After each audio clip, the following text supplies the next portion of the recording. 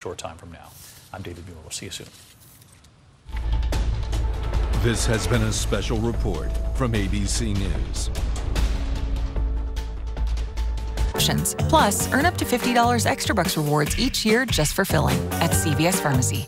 What makes Febreze Air Effects different? While cheaper aerosols rely on artificial propellants, Febreze uses a 100% natural propellant. Check it out. Pressure created by what's in your air makes the bottle spray, which means freshness everyone will love. Febreze. Make sure to watch our friend Denise Richards in Killer Cheer Mom, premiering Saturday on Lifetime and on The Bold and the Beautiful weekdays on CBS. Thank you so much for being here. Well, thank you for having me. I love when you come. Thank you. I love being here. Okay, you'll come back and play again, right? I would love to. Absolutely. Okay, we're going to leave you now with country stars coming together for this year's ACM Honors. Good night, everybody. Bye. Bye. Lady A, Luke Combs, and Dan and Shay all received awards, and Ray Lynn. Happening now. Coming up, reaction to the bombings at KSAT International from refugees here in San Antonio who worry that their family members may have been there when it happened. A few pop-up showers around town. We'll get to that, along with the tropical system that's headed into the Gulf of Mexico. I'll be back to let you know what part of Texas could be affected.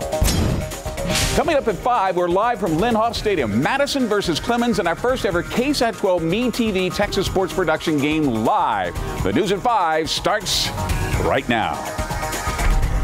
And first at 5, death at the Kabul airport. The Pentagon confirming 12 U.S. troops are dead. At least 15 others have been injured. And on top of that, at least 60 Afghans are dead and more than 140 wounded.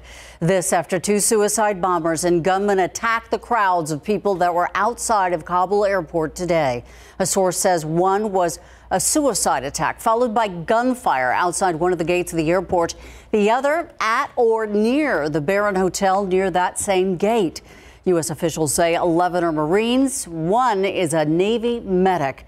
We also know at least 15 other Marines were also injured. The explosion comes after the U.S. Embassy in Kabul told Americans at the airport gates Wednesday night to leave immediately and to be aware of your surroundings at all times, especially in large crowds, because of fears of an ISIS-affiliated attack.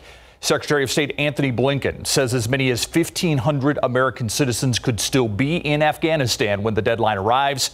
The U.S. Embassy says all of its diplomats in Kabul are safe and accounted for tonight.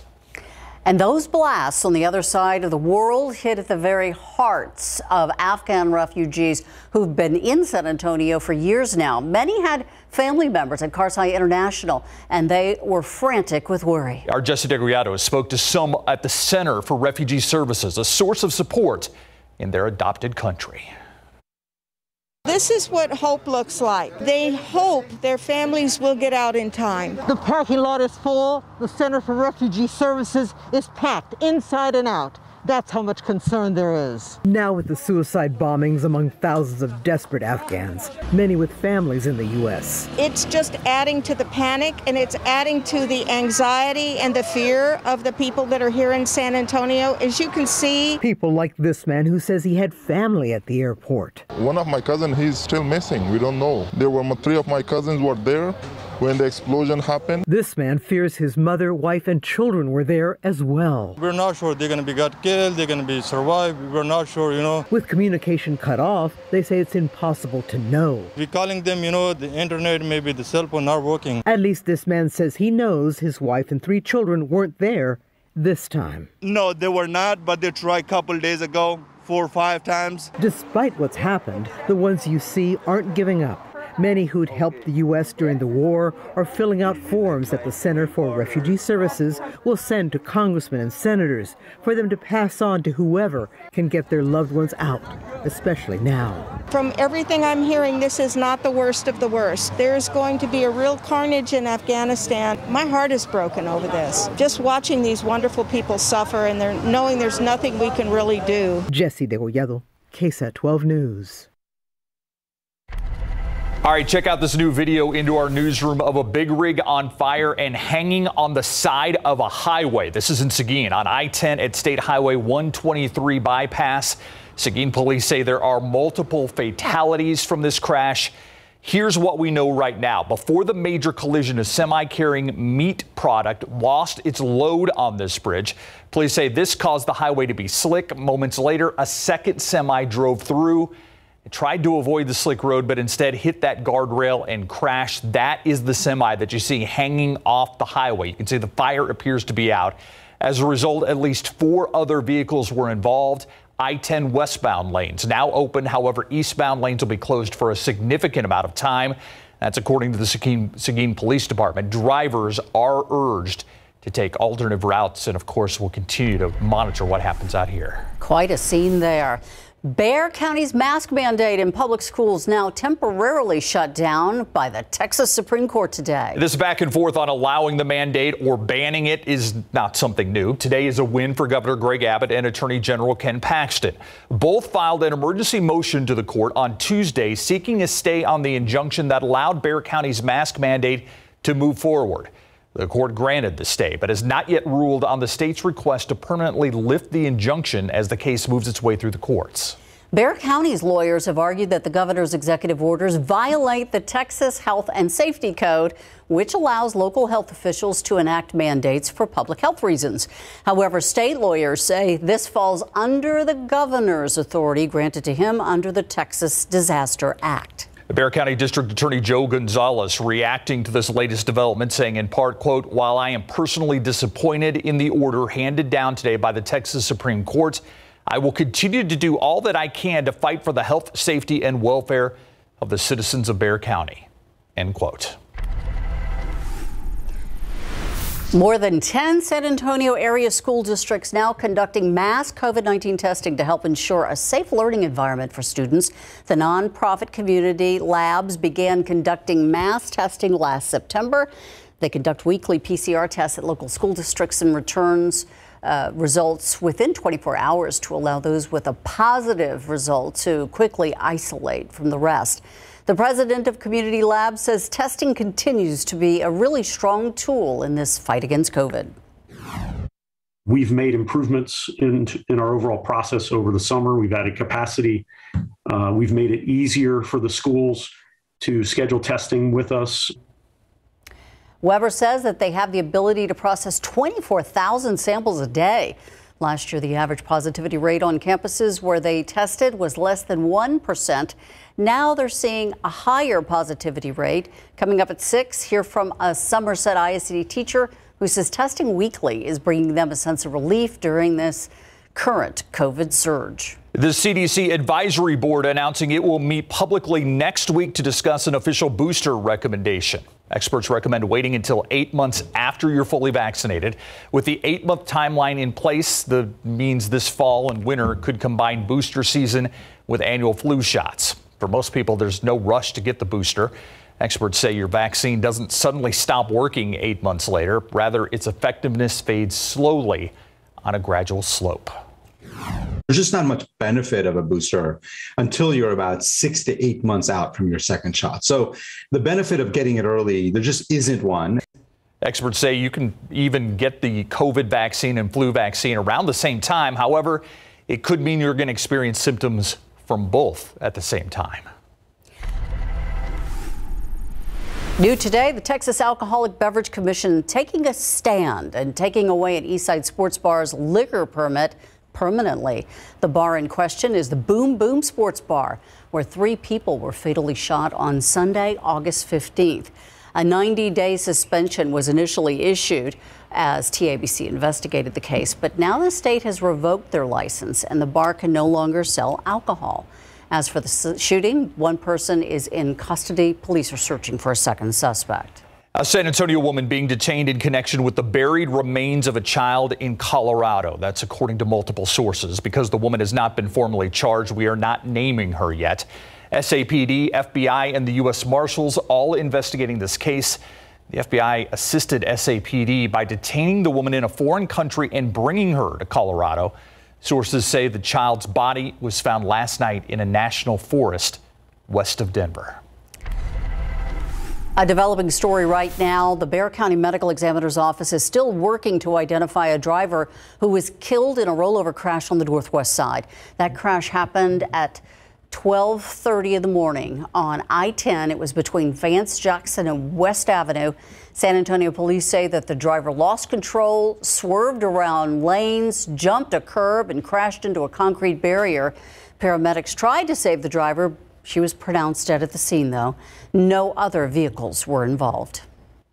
A building smashed into a utility pole in need of repairs. That was the result of a two-car crash from last night just north of downtown. The crash happened at the intersection of North Alamo Street and 9th Streets. San Antonio police say a Ford F-150 ran a stop sign there, collided right into a Nissan. The driver and passenger inside the Ford ran away. The Nissan driver stayed behind. They were not injured. Hard to believe in all this. Police are still looking for the two who ran off. Former President Donald Trump being sued by Capitol police officers who were attacked and beaten during the Capitol riot on January 6th. That lawsuit filed just today. Trump's allies and members of the far-right extremist groups are also named in that lawsuit.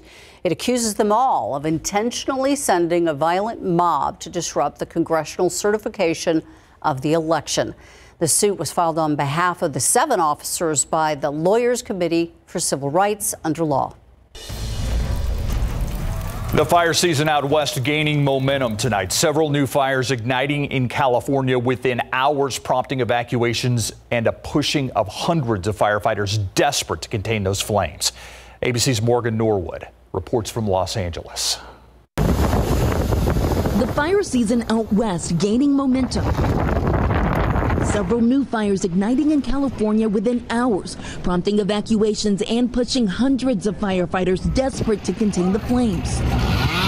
In San Bernardino County, the South Fire leaving this home smoldering, crews dousing the hot spot. Flames seen racing down the mountain and the smoke overtaking the highway. Crews launching choppers to keep the fires from overtaking the community of Lytle Creek, where some residents have been told to evacuate. I was watching it from my house. It caught one of our trees, but thank God that tree was alive, so it didn't last long. And it just seemed to keep moving. In neighboring Kern County, the French fire furiously tearing through, threatening nearly a dozen communities. I mean, we're talking fire traveling at 20, 30, 40 miles an hour, and that's how quickly it comes down. Up north, above Sacramento, the Bennett fire prompting evacuations overnight. Seems to be spreading. And the Dixie fire, the state's largest in its history, still roaring. Crews digging trenches to protect homes from burning to the ground. Smoke from the still burning Caldor fire closing in on Lake Tahoe, the plume of black haze forcing vacationers to head home. It just looked like Armageddon. It was terrible. The Caldor fire, like the Dixie, burning hundreds of thousands of acres, nowhere near contained. But officials say the top priority is keeping the blaze from overtaking the Lake Tahoe basin. Not out of the woods on this yet, but we're making really good progress. And making that battle even more difficult for firefighters, temperatures here in Southern California, even in Central California, set to top 100 degrees. And get this, we're still weeks away from the peak of fire season. Morgan Norwood, ABC News, Los Angeles. Today, another day under 100 degrees. We have yet to hit 100 so far this year. 97 are high today, officially at the airport, at least in the preliminary statement. 95 is the average, and we've been 97, 98 for several days now.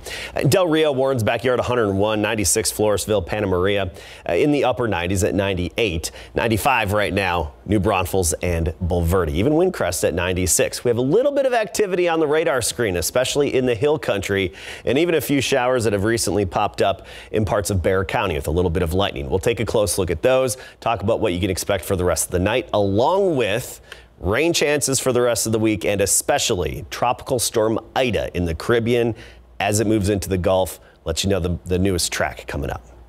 Thank you, Adam. Still ahead at 5, children continue to take up space in hospitals across the country, but it's not only because of COVID. The other illness causing concern. Next.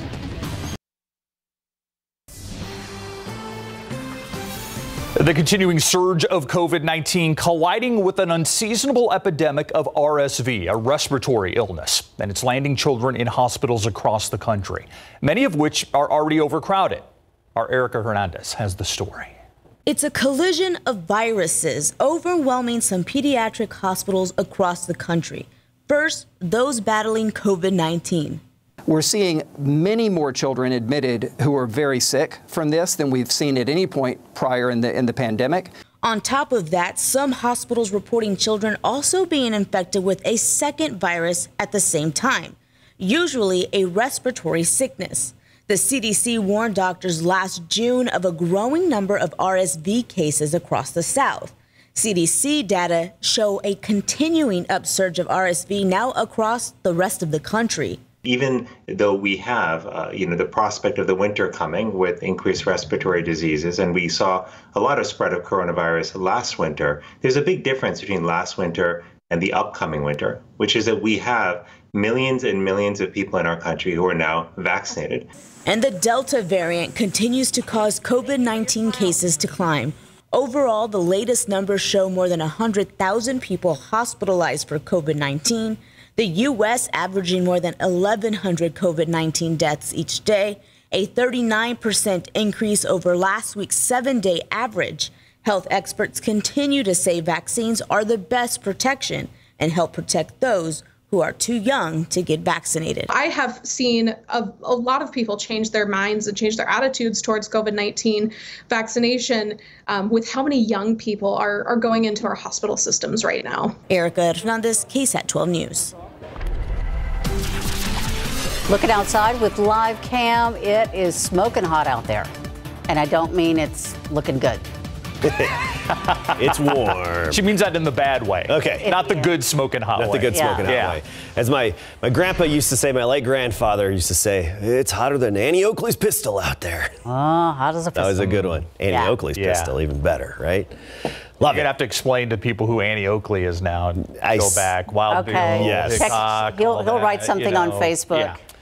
I have to explain it to my children, of course. But you got to learn at some point, and you got to learn somewhere. So, all right. So a few pop-up showers out there right now. We're going to be seeing some more every afternoon. If you actually got hit by a few, consider yourself lucky. We have Tropical Storm Ida that is now in the Caribbean, headed toward the Gulf of Mexico. We'll look at the latest track from the National Hurricane Center and the spaghetti plots from the computer models and talk about the uncertainty associated with that coming right up. First, let's take a look at radar. And you look at the activity out there. It's widely separated, isolated in nature, and we'll take a close look at some of those showers that have just popped up. But I do want to start with some of the rain that has fallen in and around Bexar County. We don't have much locally now, but we did have a shower that moved through earlier on the north side of town, basically from Johnson High School stretching down toward Brandeis, even just past Bandera Road, a nice swath of up to about 1/4 of an inch of rainfall. That was earlier. Here's the big picture now. Most of the activity is in the hill country at this time. Moving basically toward Concan, moving out of Bandera County, city of Medina getting hit by some good soaking rainfall, some heavy rainfall. This is nice to see some scattered activity throughout the hill country, adding up to between 1/4 to 1/2 inch if you're very lucky. These are pretty progressive though, and they don't really hang around to drop a lot of rainfall. Here's what we have along an outflow boundary that's getting kick-starting a few showers and storms not far from I-10 in northeastern Bexar County. And this is just south of Randolph Air Force Base near Converse, right along 1604 here, and basically just south of I-10. That's where we have that activity at the moment. And that's all we have to really speak of other than a few showers farther to the east of San Antonio that are generally falling apart. And a lot of this activity is going to fall apart as we progress towards sunset and thereafter. Here's our futurecast tomorrow. 3 o'clock, we get to do this all over again. Random pop-up showers, a few thunderstorms, brief splash and dash downpours, and then more sunshine. Isolated in nature. Cross your fingers, but don't get your hopes too high because coverage will be limited, and then come sunset, it all fades away again. But we'll have this for the next couple of afternoons, Friday afternoon, Saturday afternoon, and even on into Sunday. But it looks like the tropical rain from Ida is going to stay east of us. So here's the latest on that system. Determined to be a tropical storm about an hour ago, not even. Max winds at 40 miles per hour, gusting up to 45. Here's the key, though. It's going to likely strengthen and probably quickly as it moves into the Gulf of Mexico on Saturday. At that point, it will likely become a Category 2, maybe even Category 3 hurricane. and make landfall somewhere, most likely along the Louisiana to Mississippi coastline. That would be Sunday afternoon, and then start a veer eastward. Now keep in mind, this whole cone, that whole track, can shift west and east. We often see that with these. Even this far out, we'll see the whole track start to trend one way or the other. So it's something that we have to watch very carefully. Right now, the computer guidance, you can see that spread basically throughout parts of Louisiana and Mississippi. That's the most likely scenario as it stands now. It's still a developing system, so that track will change a bit. 96 currently, 100 though in Del Rio, 96 in Hondo. Rain cool there in the hill country. Look at Rock Springs, 73 in Kerrville. 79. So we'll be following through the 80s this evening with those storms coming to an end by sunset. Tomorrow, it's more of the same. Mid-90s for a high temperature, partly cloudy, and some of those rogue thunderstorms popping up. And temperatures will rise a little bit into next week, but not a whole lot. Thanks, Adam. You ready for some football? Yeah, big game coverage, even bigger this year. Greg Simmons joins us live now to explain all that's going to start tonight and carry on through the weekend, Greg. That's right, including our first ever Game of the Week, KSAT 12 MeTV partnership with Texas Sports Productions. We're live at Lindhoff Stadium. Give you a preview of Madison and Clemens tonight. You can see live. And also a neighborhood rivalry opens up the 2021 high school football season. Coming up.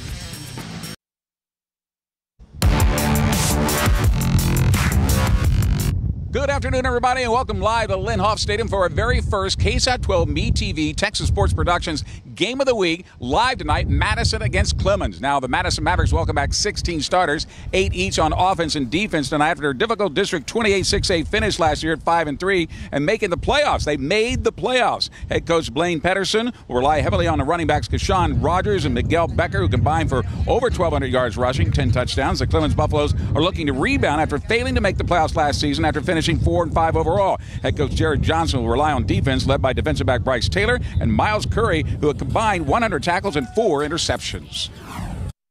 Really excited. It's our first game week. It's like been building up this whole summer, working all off season, and finally get a show what we can do this season. The whole team, we've been looking forward to this week, and I know we've all been working hard. We've had good numbers this year, so in the summer, better than we've had in the past years. So I think we're ready. Now for the game of the night. It's Brandeis against O'Connor, a non-district game over at Ferris Stadium. And get this, it is already sold out. Even though it's a non-district game for the very first time, the fact the Broncos moved up out of 29-6A and into 28-6A with all the Northeast schools. Broncos start this season with a new head coach, Charles Bruce, who came to Northside from Wagner. Last year's scheduled meeting fell victim to the COVID-19 pandemic. Prior to that, Brandeis beat O'Connor 37-15 in 2019. Both programs are looking to get back into the playoffs after missing on that postseason last year, with the Broncos finishing 6-3 overall and the Panthers 4-5.